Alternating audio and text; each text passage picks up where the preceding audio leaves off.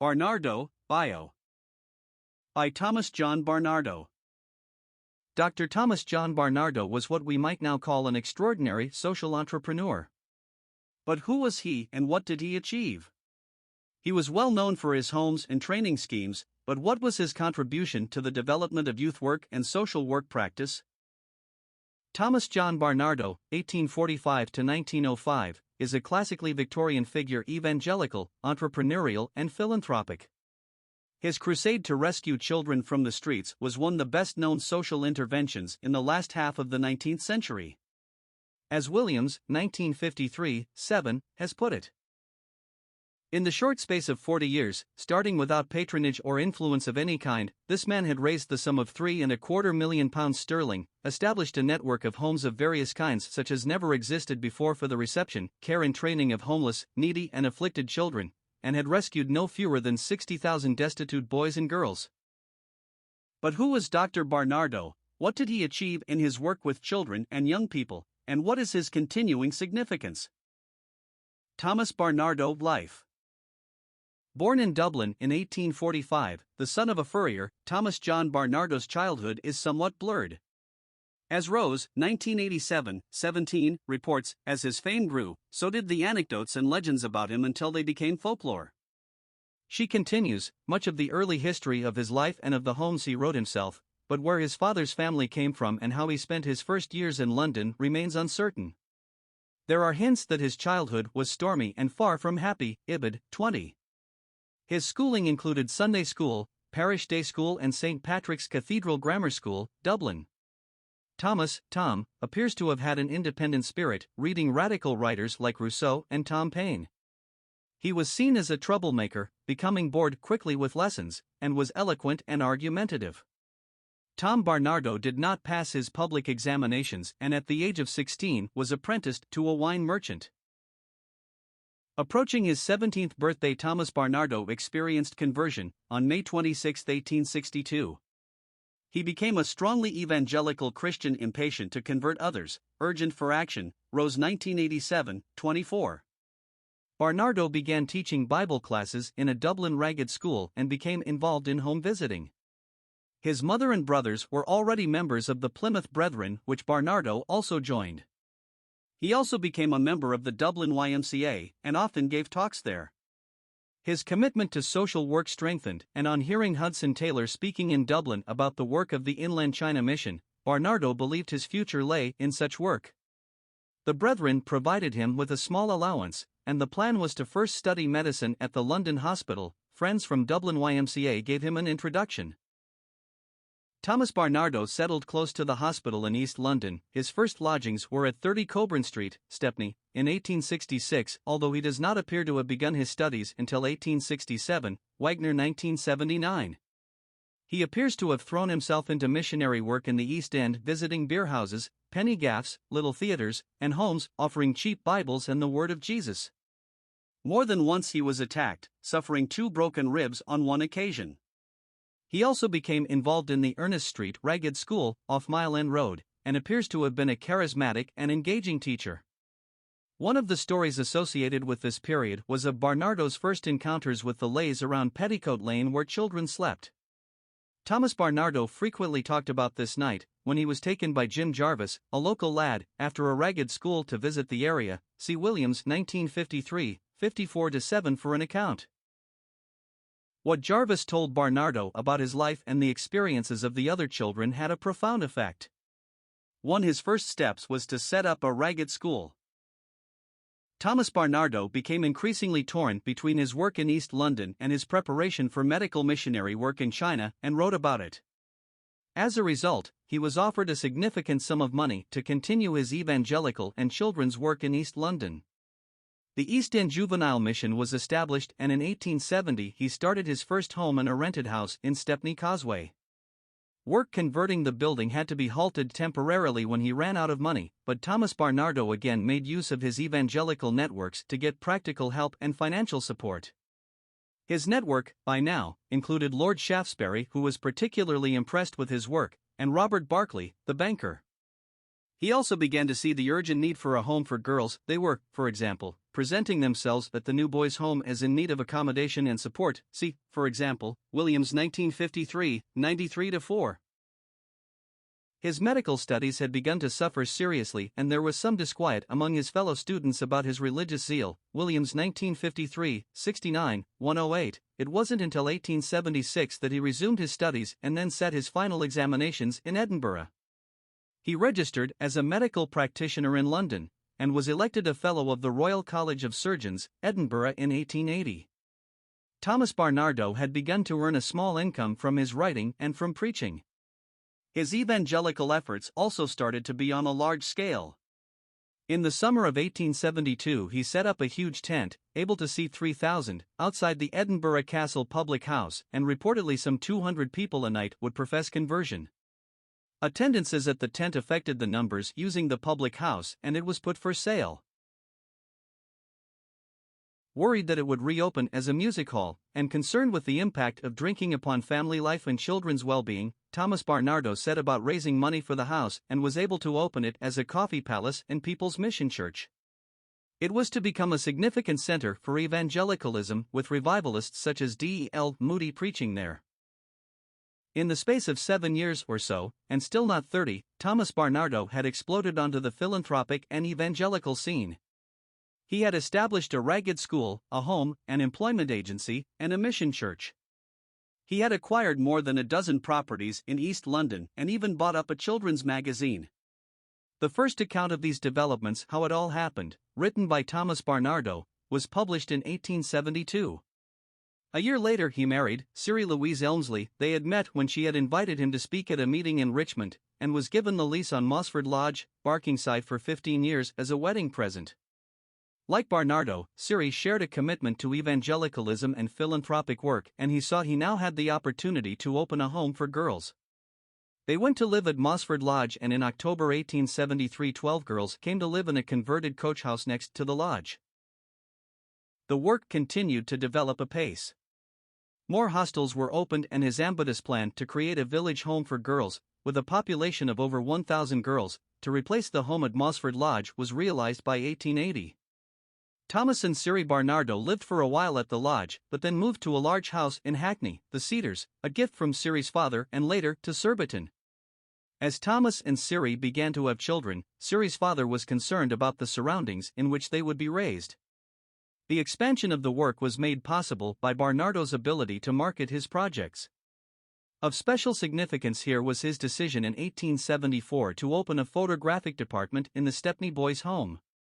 Over the next 30 years or so, every child who entered one of the homes had their picture taken. Children were photographed when they arrived and then again several months. This was the origin of Barnardo's famous before and after cards. These cards were sold in packs of 20 for 5 shillings or singly for 60. Each with titles such as Once a Little Vagrant, Now a Little Workman. A new organization was set up to manage the homes. It was later incorporated as the National Incorporated Association for the Reclamation of Destitute Waif Children, otherwise known as Dr. Barnardo Homes. The committee of the Barnardo Homes included veterans from the Boys Club and Ragged School movement, like T.H.W. Pelham and Arthur Kinnaird, financiers and religious figures.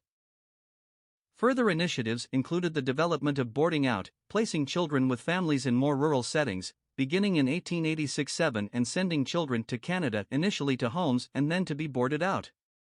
The latter of these afforded some controversy at the time and caused suffering to a significant number of the children involved.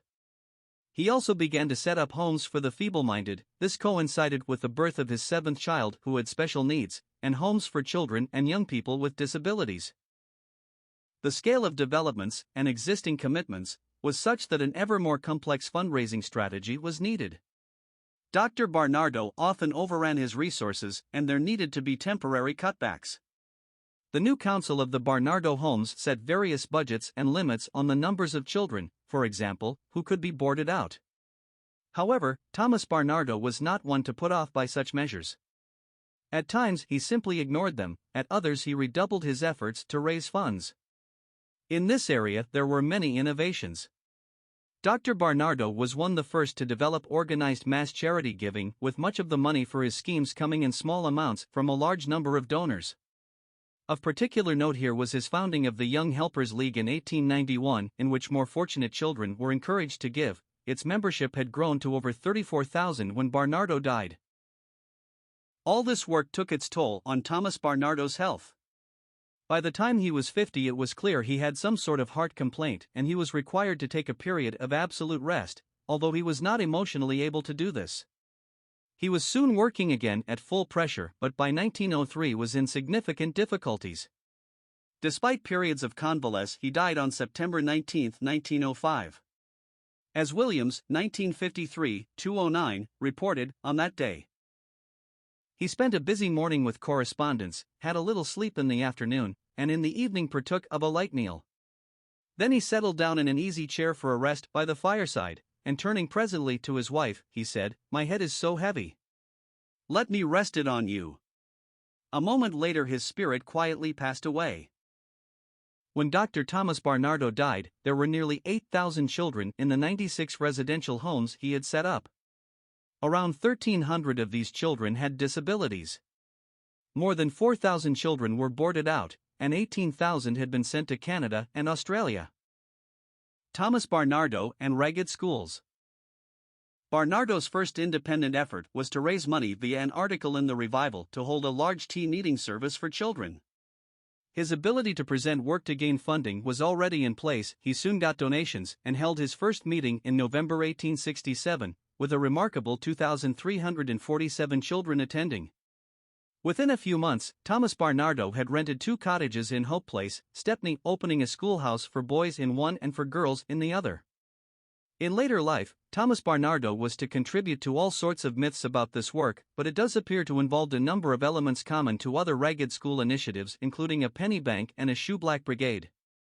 He was well acquainted with ragged school work, as we have already seen, having worked in schools in Dublin and East London. Within a few years, the numbers attending the school had grown. He rented some canal-side warehouses, 46 Copperfield Road, Stepney, and converted them into a school. The Copperfield Road Ragged School opened in 1876 and was aimed at children aged 5 to 10 years. It soon became the largest ragged day school in London. By 1896, the records show that there were some 1,075 children attending the day schools and 2,460 attending the Sunday school. As well as receiving an education, children attending the school could have breakfast and dinner.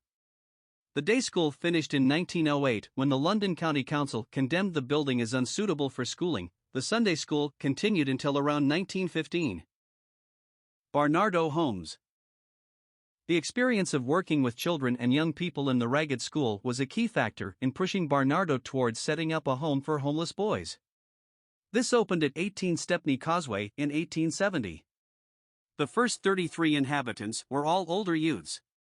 Some were respectable lads who could afford to pay for accommodation, unemployed young men who were given work in the home and taught self-reliance, and destitute boys who were clothed, fed, housed and taught simple trades. Rose 1987, 37. Barnardo set up a small wood chopping business for the lads, which paid them wages and made a small profit for the home.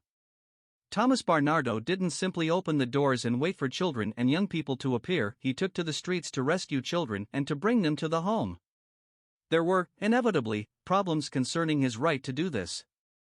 Within a year, the income and activity of the home had doubled. He built workshops, fitted workrooms, started a city messengers brigade, brushmaking and bootmaking departments, and a tract department for the sale of improving literature. He opened up a new branch ragged school in Salmon Lane and employed 24 staff including cook, drillmaster, trade manager and 2 schoolmasters in the home and teachers, doorkeepers and a sick visitor and a Bible woman in the mission. His hot dinners and soups were famous in Stepney. And both the boys' work, the woodchoppers sold wood to the value of £765, and the tract shop were driving a fair business.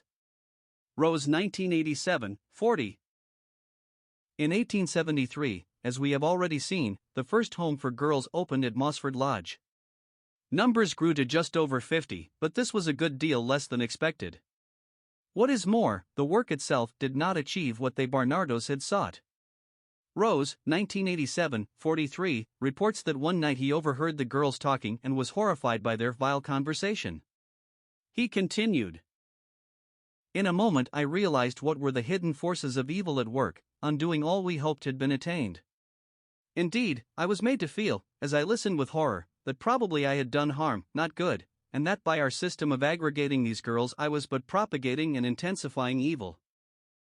They closed the girls' home and instead announced plans for a new girls' village home at Barkingside in which girls would be housed in little cottages each overseen by a mother. Girls of different ages were to be housed in the same cottage. This sort of approach had been tried in France and by Mary Carpenter in England. Within 3 years the first 13 cottages were opened, and by 1879 all of the 30 cottages proposed in the original plan had been completed. Eventually there were some 90 cottages. The village had its own school, a laundry and church, and a population of over 1,000 children. National Incorporated. Waifs Association. Dr. Barnardo's Homes. Over 5,400 orphan or waif children are now in the homes. Christian, Protestant and Evangelical is the religious motto of the association. In its support the members of all evangelical denominations may, and do, join hands. Last year 7,677 children, the greatest family in the whole world, were maintained in the homes. Applications for urgent cases are received at any hour of the day or night. Destitute children of any age or creed, of either sex and of any nationality, are eligible.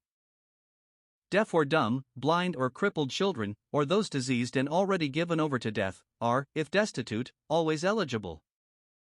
The most searching inquiry is made into every application, but no really destitute boy or girl is ever rejected. Each case is determined solely upon its merits, without election and without the intervention of wealthy patrons. The homes have in the 35 years of their existence admitted 44,397 waifs and strays, without any distinction as to age, sex, creed, or birthplace. In 1900 alone, they admitted 2,879 fresh cases. From 50 to 60 fresh cases are admitted weekly. 2,362 young children are now boarded out in rural districts, through the agency of the homes, under careful supervision.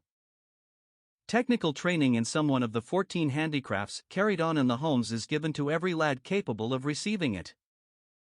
All the girls are brought up in cottages on the family system, and carefully instructed in the various branches of domestic service or in dressmaking.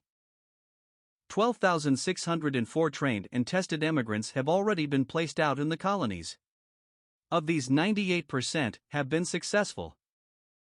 3 lodging houses and a night refuge, open in the metropolis, are always accessible, day and night, to homeless waifs and strays seeking temporary shelter.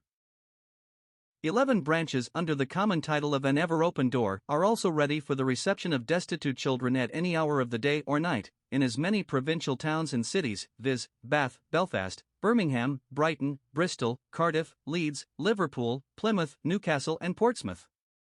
The address of the Ever Open Door Inn. Liverpool is 142A Islington. The Liverpool Ever Open Door was opened in 1892, and it has in these 9 years investigated 3,388 cases, of which 1,205 Lancashire waifs and strays were admitted to the homes for testing or training, and thus permanently removed from destitution, degradation, and unattached lives upon the streets of Liverpool and other Lancashire cities and towns. In all, this association now includes 91 separate homes, dealing with every age and class of destitute and needy childhood, and 15 mission branches. Funds are urgently needed for food and maintenance. Source: extract from an advertisement that appeared in the 1902 Kelly/Gores Street Directory of Liverpool. The range of homes that Barnardo founded was wide, and there was later a very significant emphasis on provision for those with special needs and disabilities. To make this possible, there was a substantial infrastructure including medical facilities, schemes of training, placement arrangements, and so on. Child migration. The export of destitute and orphan children has a long history in Britain, with around 130,000 children being shipped off to various parts of the empire over some 350 years. The first group was arguably sent in 1618 to Richmond, Virginia in the USA, the last was dispatched to Australia in 1967. The various groups and agencies sending children to Canada, Australia, and other countries generally thought they were providing them with a new start. The children were seen as having no prospects in Britain, of having only a remote chance of doing well, and that if they remained, they would drift towards the criminal and dangerous classes. Their families were seen as failing to provide adequate care for them. Sometimes the child had been deserted and put in a home, sometimes the strength of family ties was considered weak and unlikely to last. So what better reason could there be, the argument went, for providing care and opportunities elsewhere? Bean and Melville, 1989, 4. However, as we get under such arguments, different and rather less high-minded reasons for child migration appear. The public face of the scheme may have been directed towards the welfare of the child, but no one could deny there were advantages to the agencies sending them. In the late 19th century, for instance, it cost about £12 a year to look after a child in an institution in Britain. To send one overseas was a one-off payment of £15. Child migration was also a way of populating the colonies with British stock and of providing a source of cheap labor. Bean and Melville, 1989-40, argue that Dr. Barnardo was the most influential figure in the child migration of the last half of the 19th century, and his organization the most important. The first party of 50 boys was sent to Canada in 1882, girls' migration began in 1883, the youngest being just 4 years old. Cost appears to have been a significant factor in Thomas Barnardo's thinking, but it was another face that was turned to the public. Overcrowding is a primary, if often unrecognized cause of the moral cesspools I and others are continually engaged in deodorizing. It therefore behoves any scheme of large-hearted Christian philanthropy to make at least an attempt to relieve the population pressure in our congested cities. What avails it to take the weakest out of the struggle, to train them into robustness, and then to throw them back with their new accession of vital force into the crowd who are already engaged in snatching the morsels from each other's mouths? The miseries of those yet unhelped would only be aggravated and intensified by such a process. Barnardo 1889 quoted by Hitchman 1966-64. Having already established his agency in the public's eye, and able to draw upon particular skills of showmanship and propaganda, Dr. Barnardo presented child migration as a much-needed policy. He was also able to convince host governments such as that of Canada of its efficacy. Reception homes were established and from them children were placed. Those still at school stayed in the homes until they finished schooling, after which they were fostered with local families. Between 1882 and 1939 the agency sent over 30,000 children to Canada. Thomas Barnardo was accused of spiriting children away to Canada against the wishes of their parents, Hitchman 1966-65, and there were a number of court battles and considerable concern within the Roman Catholic press that Dr. Barnardo's efforts in this and other areas were directed at converting Catholic children. Later he reached an agreement with the Church to refer cases to Catholic care agencies if a child was found to be a member of the Church. Boarding out. Thomas Barnardo believed that families were generally preferable to institutions as places for bringing up children. For example, a high proportion of children who had been in the workhouse returned there. To deal with this problem, Barnardo began to look at the possibilities of boarding out. This practice of placing children with respectable families, often away from their own parish, had been used as a means of cutting child pauperism in a number of Scottish districts since the 16th century. Thomas Barnardo examined continental schemes as well as the Scottish and decided that if boarding out, fostering, was to work it had to be well organized and operated to certain minimum standards.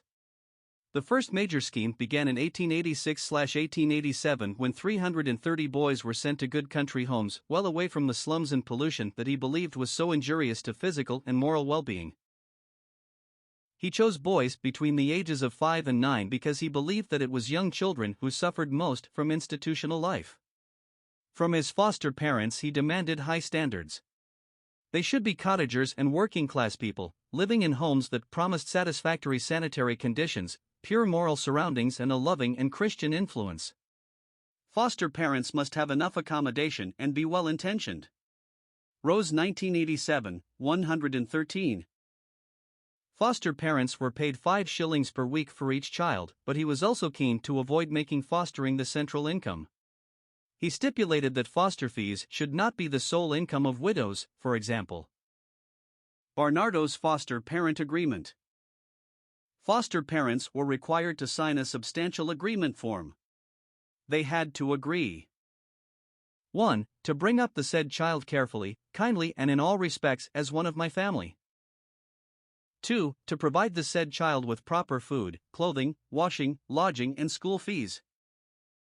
3. To endeavor to train the said child in habits of truthfulness, obedience, personal cleanliness, and industry. 4. To take care that the said child shall attend duly at church or chapel, and shall be taught the habit of daily prayer.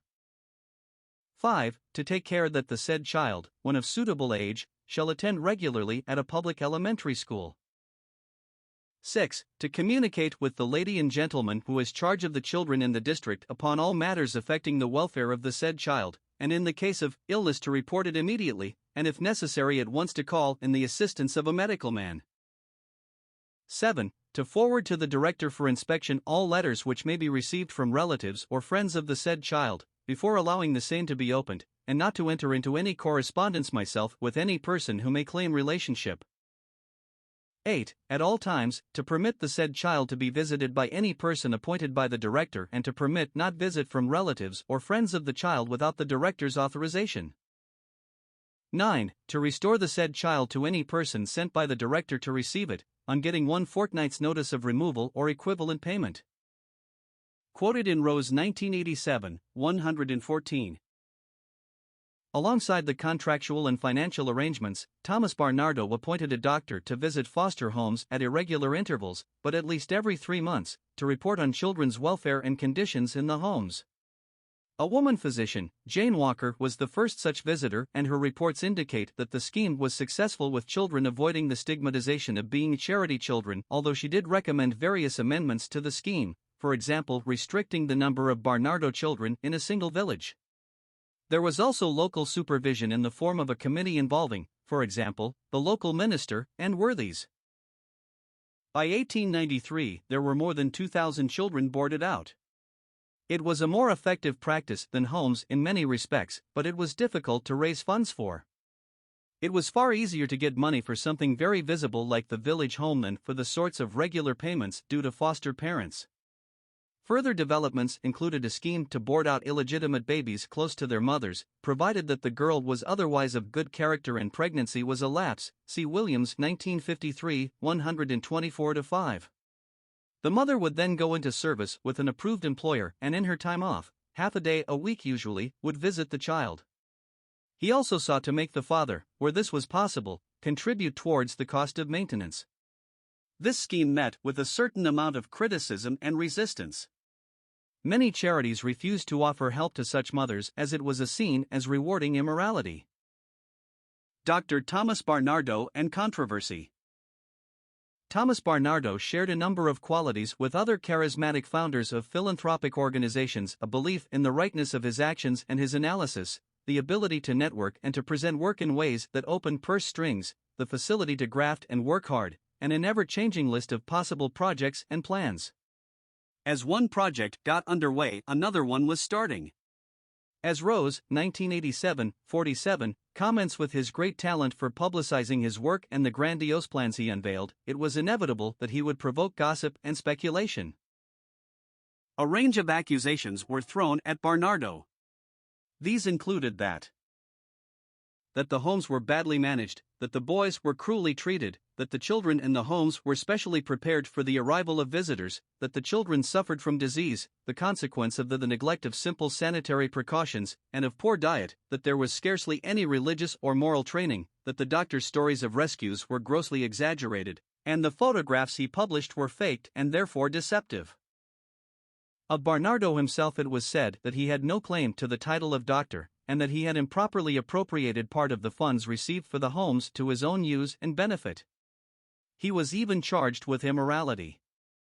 Williams 1953, 110. The scale and range of the charges was such that Barnardo called upon his trustees to examine the situation. But this examination did not satisfy criticism, and with the publication of a booklet, Dr. Barnardo's Homes, Startling Revelations, it was clear that stronger action was needed. Thomas Barnardo was opposed to instituting an action for libel and instead opted for arbitration under an order of court. In October 1877, the arbitrators issued a substantial document which stated that they were unanimous in their decision that there was no evidence to support the serious charges laid against him. They were critical, however, of his methods in some areas and of the fact that at that time he had no proper committee overseeing his work and that of the homes. However, as we have seen, even though he then organized a committee, there were times when he ran roughshod over its decisions.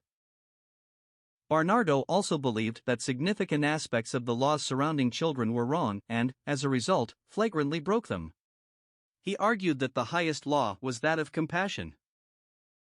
I have rescued, or if abducted if you will, little boys and girls from the custody of parents and guardians who were, to my knowledge, leading infamous and immoral lives, or who were, by their conduct, about to inflict upon unfortunate children in their care grievous wrong. Barnardo quoted by Hitchman 1966, 104. There were significant dangers in this orientation, especially in its lack of regard for what parents or the children themselves might think. A disposition to the right rather than the correct is a necessary part of a calling in this area, but the notion of the good involved, while individual, has to be shared. It is the extent to which Thomas Barnardo was an autocrat and imposed his thinking upon others that are, and were, matters of great concern. Conclusion. What is the significance of all this for practitioners of social work and youth work today? The entrepreneurialism of Dr. Thomas Barnardo finds an echo in many youth, community and voluntary organizations in which informal educators function. His methods, the use of outreach, the emphasis on education and training, and upon creating an environment where the well-being of the child or young person comes into focus are also familiar. He also professed a concern for the whole person, although just how he interpreted it is a matter of some debate. His fundraising activities raised the profile of work with children and young people. His organizing skills brought about a significant extension of practice. As we have seen, there are significant questions around some of his practices, especially with the benefit of hindsight, and around some of his personal characteristics, but Dr. Thomas Barnardo left an indelible mark on the development of social care and practice with children and young people. Further reading and references. Bean, P., and Melville, J. 1989, Lost Children of the Empire. The Untold Story of Britain's Child Migrants, London, Onwin Hyman. 177 pages. Rightly angry account of the child migration and of the work of the Child Migrants Trust. Hitchman, J. 1966, They Carried the Sword. The Barnardo Story, London, Victor Gollancz. 160 pages. An account of Dr. Barnardo and the homes etc. written by ex-Barnardo girl. Rose, J. 1987, For the Sake of the Children. Inside Dr. Barnardo's 120 Years of Caring for Children, London, Hodder and Stoughton. 335 pages. Using official sources plus interviews from former Barnardo boys and girls, Rose provides a good overview of the history of the organization and its work. She includes material on the impact of the mass emigration policies pursued by Barnardo's. Wagner, G. 1979, Barnardo, London, Weidenfeld and Nicholson. Wagner, G. 1982, Children of the Empire, London, Weidenfeld and Nicholson. Williams, A. E., 1943-1953, Barnardo of Stepney. The Father of Nobody's Children, London, George Allen and Onwin. 233 plus 12 pages. Williams was Barnardo's secretary for 7 years and provides an insightful insider's account of the man and his work. To cite this article, Smith A. Imike, 2002, Thomas John Barnardo, The Doctor, The Encyclopedia of Informal Education, last update, January 28, 2005.